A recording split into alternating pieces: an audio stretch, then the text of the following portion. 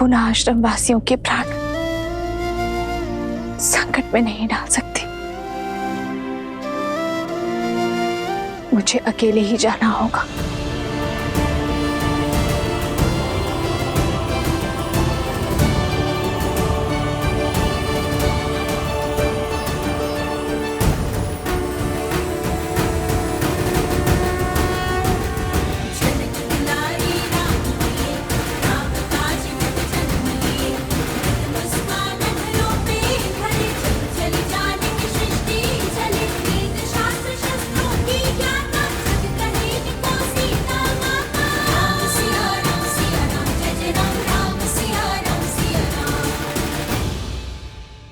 लवकुश, आपने अपनी माता को सत्य बताया? मुख से तो नहीं कहा, किंतु संकेत अवश्य दे दिया हनुमान जी। श्री राम और माता सीता के संबंध पर अटूट विश्वास रखती है हमारी माता। इसलिए श्री राम और माता सीता को मिलाने का प्रयास हमारा धर्म भी है और कर्तव्य भी। कारण चाहे जो हो, तुम्हें अपनी माता से सत्य नहीं छुपाना चाहिए था। जितना हमने अपनी माता के जीवन को समझा है, यदि उन्हें सत्य का भान होता तो कदाचित हमें युद्ध से रोक सकती थी, किंतु हमारा उद्देश्य समझकर, हमारा लक्ष्य जानकर वे हमारा साथ ही देती। तन और मन दोनों से आपसे युद्ध करने की इजाजत है श्री राम।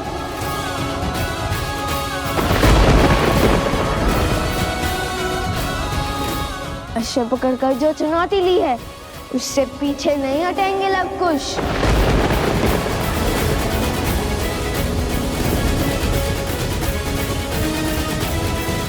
जैसी तुम्हारी इच्छा। मैंने हर धर्म का पालन किया ताकि तुम दोनों को इस युद्ध की अग्नि में जलने से रोक सकूं। और यदि युद्ध करने की ही मंशा है तुम्हारी, तो तथास्तु।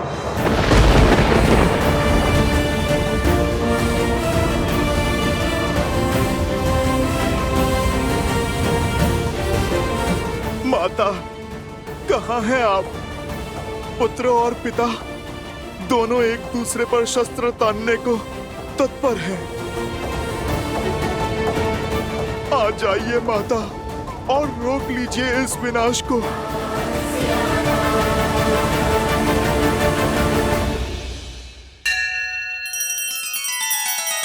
श्री रामचंद्र कृपालु भजु मन हरण भव भय दारुणम।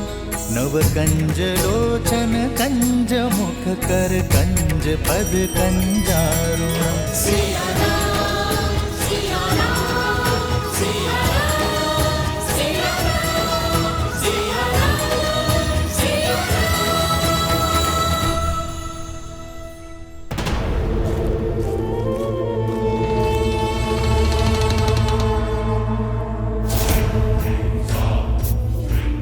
आओ सीता, आओ, चली आओ अपनी मृत्यु के पीछे।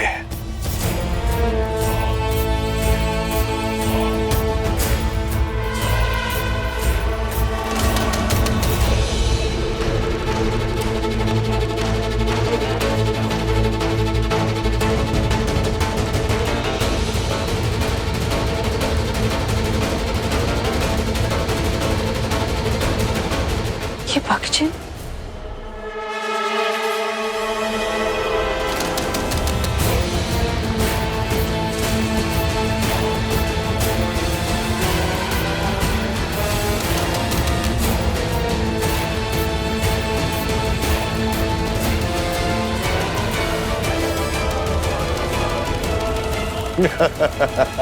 अद्भुत! शक्ति को युक्ति से काटा है तुमने शूर्पणखा। क्या योजना बनाई है सीता को राम और लवकुश के युद्ध से दूर ले जाने की।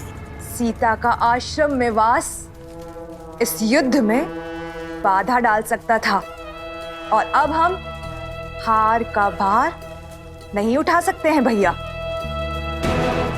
अब जब राम लवकुश पर अस्त्र चलाएगा और जब लवकुश उनके वार का प्रतिकार देंगे और तब उस क्षण का साक्षी समस्त त्रिलोक बनेगा। और ऐसे में ये बात सीता तक ना पहुंचे, ये तो असंभव है। इसलिए सीता को इस युद्ध और युद्ध भूमि से दूर ले जाना अति आवश्यक था भैया। और वचन से बंधा वो हनुमान चाह कर भी अपना मुख नहीं खोल पाएगा और चुपचाप इस विनाश का स्वांग देखता रहेगा।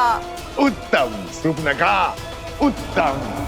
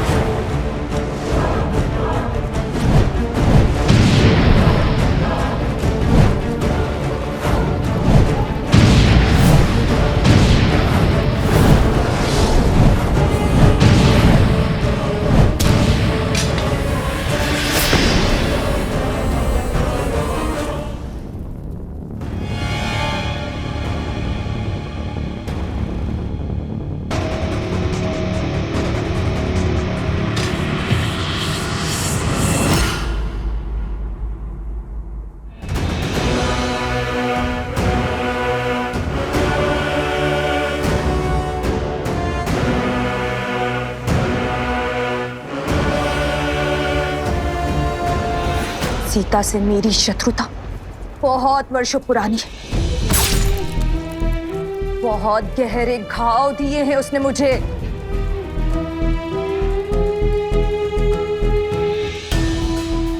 आज मैं उससे अपनी हर पीड़ा, हर दुख, हर कष्ट का प्रतिशोध लूंगी। आज उस सीता का अंत होगा। एक साधारण सी स्त्री होकर भी मेरी माया को हराया उसने। मेरी तिरस्कार का कारण बनी वो।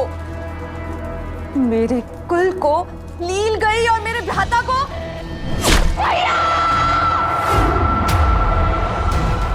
और मेरे भ्राता का काल बनी। किंतु आज मैं उन सब का प्रतिशोध लूंगी। आज उसकी मृत्यु के साथ हमारी इस शत्रुता के अध्याय का भी अंत होगा।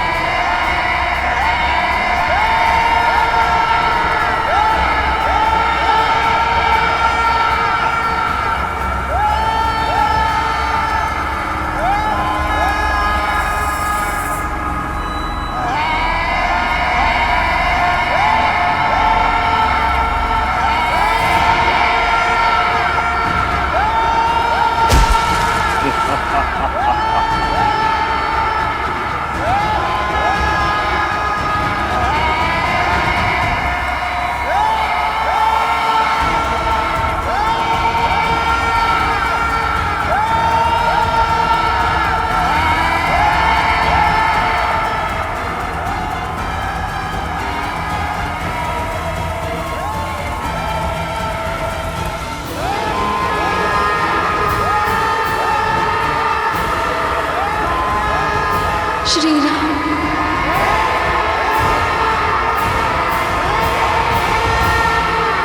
आज हमारी चाल केवल राम सिया की नहीं बल्कि समस्त रघुवंश का अंत कर देगी। रघुवंश के विनाश का शंखनाद हो चुका है भैया। और अंत के इस अध्याय का आरंभ हो चुका है। रघुकुल ने सदा ही ऋषि मुनियों के हर कार्य को सिद्ध किया है, उनके पूजा पाठ को सुरक्षा का कवच दिया है। रघुकुल का एक भी तीर किसी ऋषि के विरुद्ध नहीं चला है, किसी मुनि के तन को छलनी नहीं किया है। और यदि मैं राजा होकर यह युद्ध लड़ूंगा तो न्याय की हानि होगी।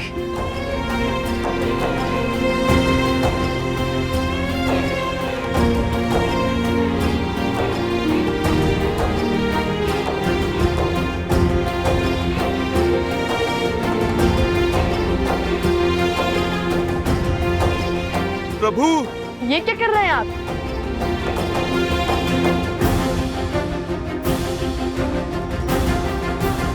राजा के आभूषण उसकी पहचान होती है, आप ये क्यों उतार रहे हैं? राजा, तुम्हारी दृष्टि में जो अपराधी है वो राजा राम नहीं, सीता का पति राम है। और एक पति का सीधा संबंध उसकी पत्नी के साथ होता है। जिसकी पत्नी वनवासी है, श्रृंगार और आभूषण धारण नहीं करती, तो तुम्हारे प्रश्न और प्रहार का उत्तर देते हुए ये पति भी आभूषण धारण नहीं कर सकता। और दूसरी बात, शास्त्रों के अनुसार एक राजा का ऋषि कुमारों से युद्ध करना वर्जित है, किंतु ऋषि कुमारों में द्वंद्व संभव है। तो इसलिए आज ये राजा राम कुछ समय के लिए अपना राजसी रूप त्याग कर एक वनवासी की भांति युद्ध लड़ेगा।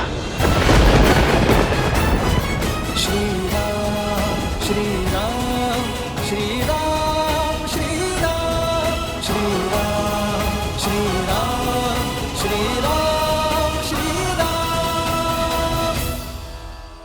ना पिता को सत्य का भान है और ना ही पुत्रों को। पिता को ये नहीं पता कि वो अपने ही वंश को लील रहे हैं, और पुत्रों को ये आभास नहीं है कि वो जिन पर बाण ताने खड़े हैं वो उनके ही पिता हैं। कदाचित सत्य का ज्ञान इस युद्ध को टाल सकता है। कम से कम ये प्रयास तो कीजिए कि सत्य उन तक पहुंच सके। सत्य उचित समय आने पर ही सबके समक्ष उजागर होता है देवी, और जो समय से पूर्व ही सत्य को सबके सामने लाने का प्रयास करता है वो नियति के लक्ष्य में बाधा उत्पन्न करता है। आवश्यक नहीं कि समय सदैव आपके पक्ष में हो, क्योंकि सत्य और समय कभी साथ साथ होते हैं तो कभी भिन्न। श्री राम और लवकुश के मध्य होने वाले इस युद्ध को भी स्वयं समय ने ही चुना है। स्वयं समय ने ही साक्षात नारायण को इस दुविधा में डाला है कि वो इस परीक्षा की घड़ी का सामना करे। ये द्वंद्व आने वाली पीढ़ियों को ये संदेश देगा कि परीक्षा की घड़ी आने पर, दुख की घड़ी आने पर उससे लड़ा नहीं जाता, उसे काटा जाता है। और सीता, उनका क्या महादेव? वो तो सूर्पनखा और सहस्त्र रावण के पाश में फंसी है। कहीं जो काम शक्ति नहीं कर पाई वो युक्ति ना कर दे। नहीं नहीं महादेव, सीता को कुछ नहीं होना चाहिए।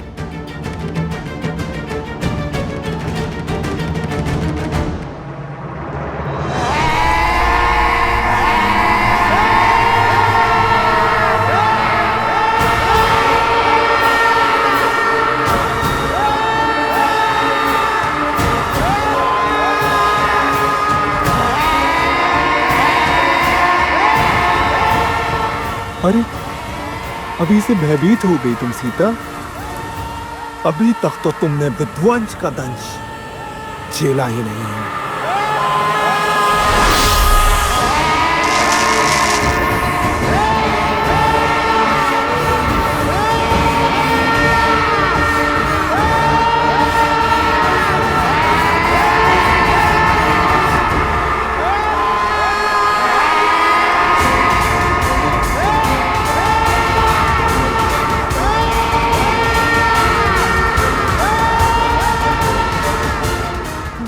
डालो बानासुर, अंत कर दो इस सीता का। इसके साथ ही रामायण की गाथा और उसकी संपूर्णता की कथा का अंत हो जाएगा भैया।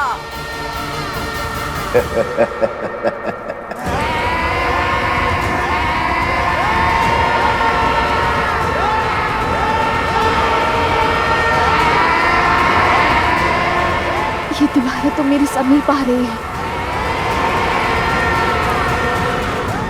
हे गौरी माँ, मुझे अपनी शरण दे, मेरी सहायता कीजिए गौरी माँ।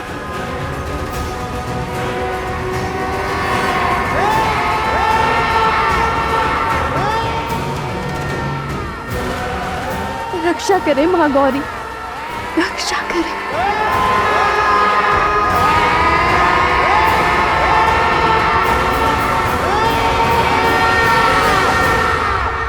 महादेव, महादेव, अब मेरी पुकार हो रही है। आप समय से विवश हैं और मैं भक्त की पुकार से। किंतु मैं क्या करूं? समय आ गया है देवी, जब आपको अपने समक्ष झांक कर देखना होगा, आत्मनिरीक्षण करना होगा। यही समय की मांग है, आपके लिए भी और देवी सीता के लिए भी। मैं कुछ समझी नहीं। भूल रही हैं आप, गौरी का एक दूसरा रूप भी है, जिससे साक्षात काल, महाकाल दोनों भयभीत रहते हैं।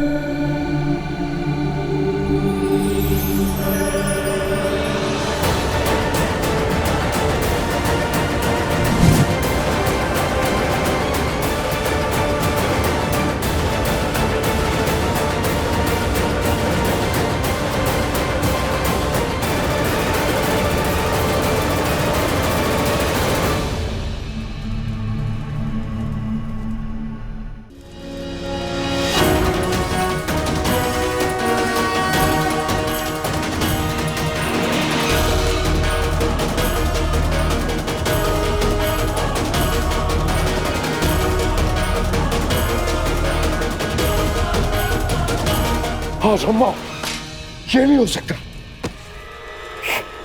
ये नहीं हो सकता।